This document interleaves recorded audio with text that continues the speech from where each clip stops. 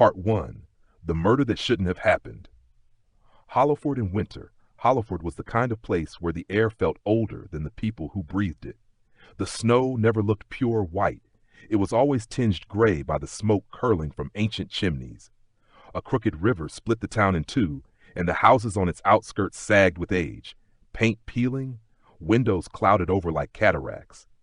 Marcus Hale had been here before, years ago, to cover a mine collapse. He remembered the silence after tragedy, the way Hollowford swallowed screams and locked them behind closed doors. This winter, though, the silence was heavier, and his editor's call had the sort of weight that meant more than just another story. "A woman's been found dead," his editor had said. "People die all the time." "Not like this, Marcus, not in Hollowford." Evelyn Ward. Evelyn Ward had been alive on Monday night. By Tuesday morning, she was found sprawled in her parlor, mouth open as though screaming, eyes glassy and wide, neck bent in a way no living body could survive. The coroner's official line was, "Fall from the stairs," but Marcus had seen enough crime scenes to know when a lie was being polished for the public. Her house was a museum of a life quietly lived. Porcelain dolls with cracked faces, family photographs in dusty frames, lace curtains yellowed by years of smoke. Yet something was wrong. The front door's lock had no signs of forced entry, and the only mark that didn't belong was the bloody handprint smeared across the inside of the living room window. The handprint. The handprint was wrong in every way. It wasn't shaped like it came from panic or an accident. The fingers were spread deliberately, pressed flat against the glass. The streaks of blood ran downward as if gravity had dragged them slowly over minutes, not seconds. Marcus asked the local police chief about it. "Probably from when she fell," Chief Latham muttered. "From the stairs? That handprint's on the opposite side of the room." "You're overthinking it, Hale." But Marcus knew the look in Latham's eyes, the look of a man who did know what happened but wouldn't say. The first whispers. The neighbors, especially old Mrs. Kettering next door, were eager to talk behind cupped hands. Evelyn had been afraid, not of burglars or bad weather, but of someone specific. She told Mrs. Kettering she was being watched and that she sometimes woke up to find muddy footprints on her back porch. And then there was the other thing. Evelyn had once confided she'd been forced to sign something she didn't want to. A legal paper. No one knew the details, but two names came up again and again. Richard Cole, her landlord, and Daniel Cross, a man with a face like carved wood and eyes that never blinked long enough. The crime before the crime. Marcus dug through public records and learned that Evelyn had been in dispute over her home. Richard Cole had been trying to buy her out for years, claiming structural damage and unsafe conditions. She refused every time. The week before her death, Daniel Cross, Cole's business associate, had visited her. The day after, she told a friend she felt like the ground had been taken out from under her feet. The body Marcus convinced the coroner's assistant, a jittery young man named Jeremy Finch, to let him see the autopsy notes. The fall story was nonsense. Evelyn's neck had been broken from behind, the angle consistent with someone taller grabbing her and twisting violently. There were bruises shaped like fingers on her upper arms, and a small cut along her temple where blood had trickled, likely the source of the handprint. Jeremy's voice shook as he told Marcus something else. The body had been cold when it arrived, far colder than it should have been for the time between death and discovery. It was as if she'd been lying somewhere freezing before being moved to the parlor. The journal Evelyn had kept a small, leather-bound journal hidden in the drawer beneath her sewing machine. Most of it was day-to-day entries, weather, chores, letters. But the final weeks took a darker turn. December 3rd, I hear him outside at night. Always the same boots in the snow. December 5th, the papers Richard brought are wrong. I won't sign. December 9th, someone's been inside while I was at the store. December 11th, Daniel says I don't have a choice. December 12th, last night I dreamed I was under the ice in Hollowford Lake. Couldn't move, couldn't scream. The last entry, dated December 13th, was nothing but two words. He's here. The night of the murder. Piecing it together, Marcus imagined the scene. Snow falling, muffling Hollowford in a heavy white blanket. A shadow at Evelyn's door, not knocking, just waiting. She knew him, so she let him in. Voices raised, something signed, then torn. The struggle. Her scream cut off. a deliberate cold hand dragging her toward the window, pressing bloody fingers against the glass, like a message. The killer left without rushing, confident no one would interfere. The ghost in the frost. The first night Marcus stayed in Hollowford, he took a room at the old Birchwood Inn. His window overlooked Evelyn's house, now dark and silent under the snow. Around midnight, the temperature in his room dropped so sharply his breath fogged. He went to the window. Evelyn was there, or something wearing her shape. Standing at her parlor window, lit by no light, her head tilted, eyes fixed on him. The bloody handprint was gone from the glass, but her palm was still pressed there. The promised Marcus didn't sleep. The next morning, when he returned to Evelyn's house to photograph the scene, the glass where her hand had been was warm, and on it, faint but unmistakable, were words traced in condensation. Blood for blood. The air around him felt heavier, colder. For the first time in years, Marcus felt like the story wasn't something he was chasing. It was something chasing him. By the end of that first week, Marcus knew two things. Evelyn Ward hadn't just died. She'd been murdered with precision and purpose. And whatever force lingered in Hollowford wasn't going to stop until everyone responsible paid with their lives.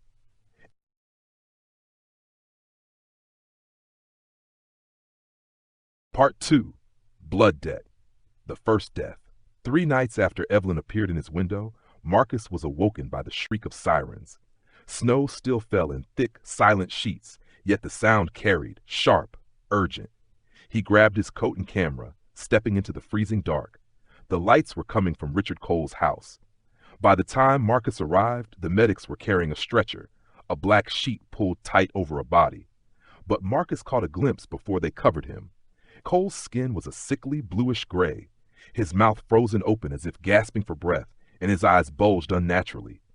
A police officer muttered to another, "No heat on in the whole damn place. It's like he froze from the inside out." The official report would later say, heart attack.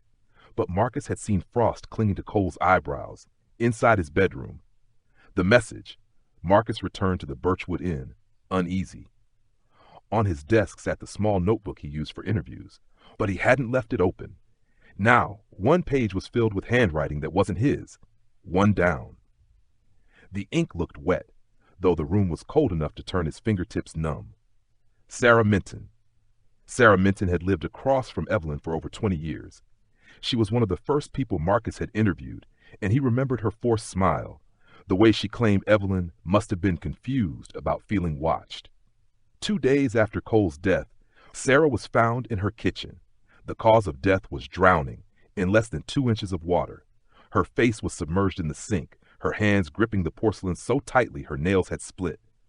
The police were baffled, but Marcus knew better.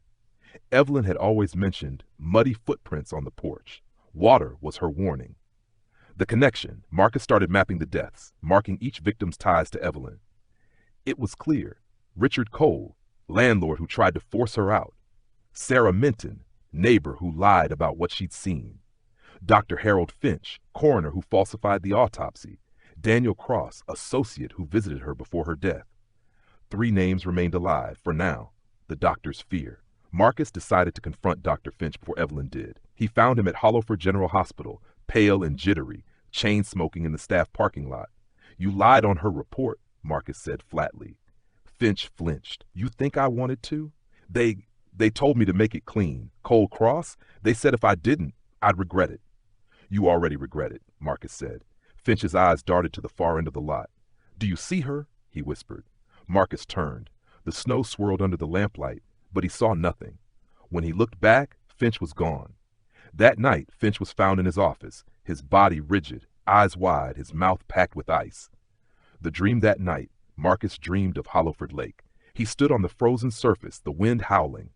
Beneath the ice, Evelyn's pale face stared up at him, her lips moving soundlessly. Then, with a sudden crack, the ice split, and something cold wrapped around his ankle, pulling him down into black water. He woke gasping, his bed damp with frost. On the wall above him, in letters traced by a wet, freezing finger, was a date, December 21st. The last 2, it was now December 18th. 2 names remained, Daniel Cross and, Marcus realized with growing dread, himself. He wasn't one of her killers, but she had been in his room. She had left him messages. He was a witness, yes, but maybe she needed more than vengeance. Maybe she needed someone to carry her story beyond the grave. Daniel Cross. Marcus found Cross holed up in an old hunting cabin beyond Hollowford's main road. Cross was a thick, broad man with hands like shovels and a stare that could cut steel. "You think hiding will help you?" Marcus asked. "I didn't kill her," Cross growled. "I just made sure she didn't fight back. Cole paid me. I don't feel good about it, but I didn't." A sound cut through the wind outside. A slow, deliberate knocking. Not at the door, but on the cabin's back wall. Knock, knock, knock. Cross went pale. "She's here." The temperature in the cabin dropped so fast, Marcus could see his breath in the beam of his flashlight. From the shadows, Evelyn emerged, or what was left of her. Her skin was waxy, frostbitten, her hair hanging in wet, frozen strands. Her hands dripped with water that hissed when it hit the wooden floor. Cross grabbed his rifle, but the moment he raised it, the metal froze to his fingers.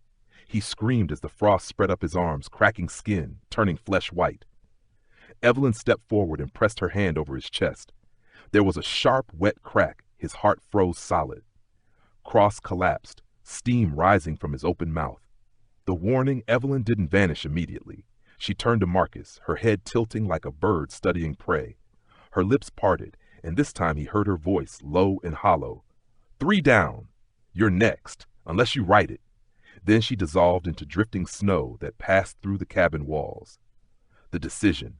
Marcus stumbled back into town before dawn. His hands were shaking, not just from cold, but from the certainty that she had spared him, for now. He opened his notebook and began to write. Not an article, not something for the paper, but everything. Evelyn's life, the threats, the killers, the deaths. Every word written felt like a release, as if some weight in the air was lifting. By the time he stopped, it was December 21st, the date she'd marked on his wall. He placed the finished notebook on the windowsill and waited. Blood for blood. At midnight, the snow stopped. The air went still. A figure appeared outside his window, pale and still in the moonlight.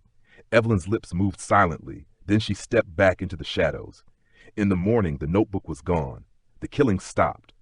But Marcus knew Hollowford would never forget the winter her, Evelyn Ward, took back what was stolen from her. In blood.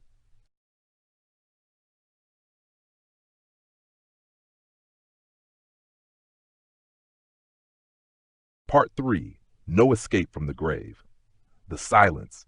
After Daniel Cross's death, Hollowford went unnaturally still. The streets, already empty from winter, seemed frozen in time. Shopkeepers opened late, closed early. No one spoke Evelyn Ward's name in public, but Marcus could feel it in their eyes. They knew. He stayed in his room at the Birchwood Inn, trying to convince himself it was over. The killings had stopped. Evelyn had taken her revenge. The blood debt was paid. But deep down, he knew that wasn't how curses worked. The missing notebook. On the morning of December 22nd, Marcus awoke to find something wrong. His desk was empty. The notebook containing Evelyn's story was gone. The window was open a crack, though the snow outside was untouched. In its place sat a single wet scrap of paper. The ink bled into the fibers, but the words were still readable. One last witness. The moment he read it, Marcus understood. He wasn't free. Evelyn's justice wasn't about numbers. It was about closing the circle. Chief Latham Marcus realized there was one more man tied to Evelyn's death. Chief Latham. The night she died, he had been the first at the scene. He had declared it an accident before the coroner's report was even written. He had silenced questions and buried evidence. Marcus found him in the station, a tired, heavy-set man with a face lined from too many winters. "Why did you protect them?" Marcus demanded. Latham stared at him. "You think you know the kind of men Cole and Cross were? They had half this town in their pocket. Evelyn, she was just one more poor soul. I didn't want Hollowford to turn into a war zone." "You made it one anyway," Marcus said. Latham's eyes shifted, not to Marcus, but to the frosted glass window of his office. There, for just a second, a pale hand pressed flat against the pane, fingers spread wide. The death of the chief that night, Hollowford's police station was found empty. Latham's desk was overturned, his chair on its side. Out back, the snow was churned into chaotic patterns, as if a struggle had taken place. They found him the next morning, frozen into the surface of Hollowford Lake, his eyes wide, his mouth open in a silent scream. His body was encased in perfectly clear ice, as though he had been lowered into the water and flash frozen. The lake calls. Marcus couldn't shake the image. The lake had been in Evelyn's journal, in his dreams. It was where her story had ended and where maybe it had begun. On Christmas Eve, with the wind slicing through the streets, Marcus walked the narrow path to the lake. The ice stretched endlessly, black water lurking beneath. Somewhere far out, he thought he saw a shape beneath the surface, still, pale, and watching. The final confrontation. The wind stopped. The air thickened, muffling the sound of his own breath. Snow fell, but each flake hung unnaturally slow, as if time had been caught in frost. From the mist, Evelyn appeared. Not the flickering ghost he'd seen before. This was her, fully formed, her face as it had been in life, though her eyes were fathomless black pools. "It's over," Marcus said, his breath clouding. "No," she whispered, voice like ice cracking. "You saw it, you carry it. And so long as you live, the story is unfinished. You wanted the truth told. I wrote it. Words are nothing without blood." Under the ice beneath Marcus's feet groaned. He looked down. Fissures snaked outward from where he stood. Black water surged below, and in it faces stared up. Cole, Minton, Finch, Cross, Latham. Their eyes were wide, mouths moving silently as if pleading. Evelyn reached out her hand. "Join them." The fissures gave way. Marcus plunged into the water. The cold was so absolute it burned, his limbs heavy as stone. Shapes moved around him, pale hands brushing against his face, tugging at his coat. He tried to swim upward, but the hole above him was gone, replaced by solid ice. The bargain through the blur, Evelyn's face appeared before him. She was calm, hair floating in black tendrils. Her hand pressed against his chest, not crushing, not freezing, just holding. "Tell my story beyond Hollowford," she said. "But no, it will be the last thing you ever write." Marcus didn't nod. He didn't speak. But she must have seen his answer in his eyes, because suddenly the water around him cracked with light. He was yanked upward, breaking through the ice, gasping in the freezing night air. The last article days later, Marcus left Hollowford. He didn't look back. He wrote one last piece, not for the paper, but for anyone who would listen. It told Evelyn Ward's story from start to finish, naming names, describing each death in unflinching detail. When he mailed it, he knew it would be the end. That night, as snow fell outside his apartment, he saw her, standing across the street, pale and still, watching. No escape on New Year's Eve. Marcus was found dead at his desk, his face calm, a pen still in his hand. There was no sign of struggle, no injury, no frost. But the window beside him was open, and on the glass was a single bloody handprint. The last page of his manuscript read, "Justice is colder than the grave, and the grave never lets go."